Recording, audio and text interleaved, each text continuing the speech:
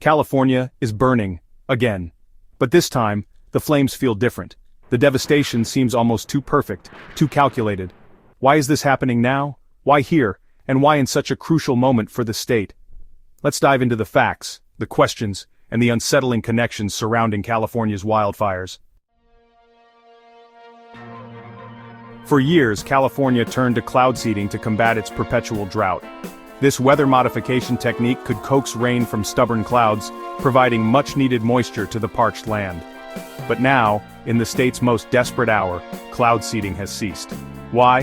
We're told it's because of the severe drought, that the conditions are simply too dry for it to work. But does that explanation really add up? Or is there something more to this decision? As the land grows drier, the fires grow fiercer. Is it just a coincidence, or is there a deeper consequence at play? And then there's the water, or rather, the lack of it. Fire hydrants run dry, reservoirs sit empty. Firefighters, the brave men and women on the front lines, are left struggling to combat an inferno without their most vital resource. How could such critical infrastructure fail so spectacularly, and at such a critical time? Is this a case of poor planning, or something else entirely? Could this be part of a bigger narrative, a bigger plan? Here's where things get even stranger. Experts and eyewitnesses are pointing out odd patterns in the fires.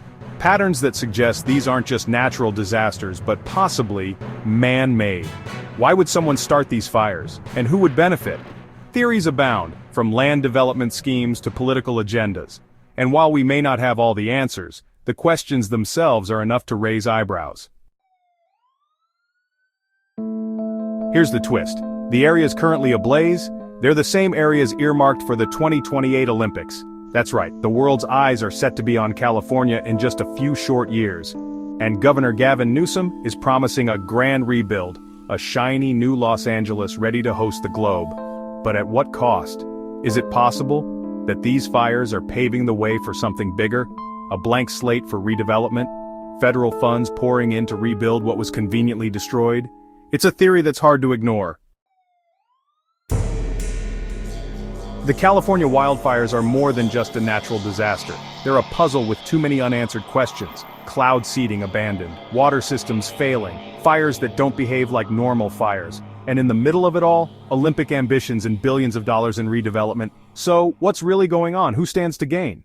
And why are we only asking these questions now? Stay curious, stay skeptical, because sometimes the truth is hiding in plain sight.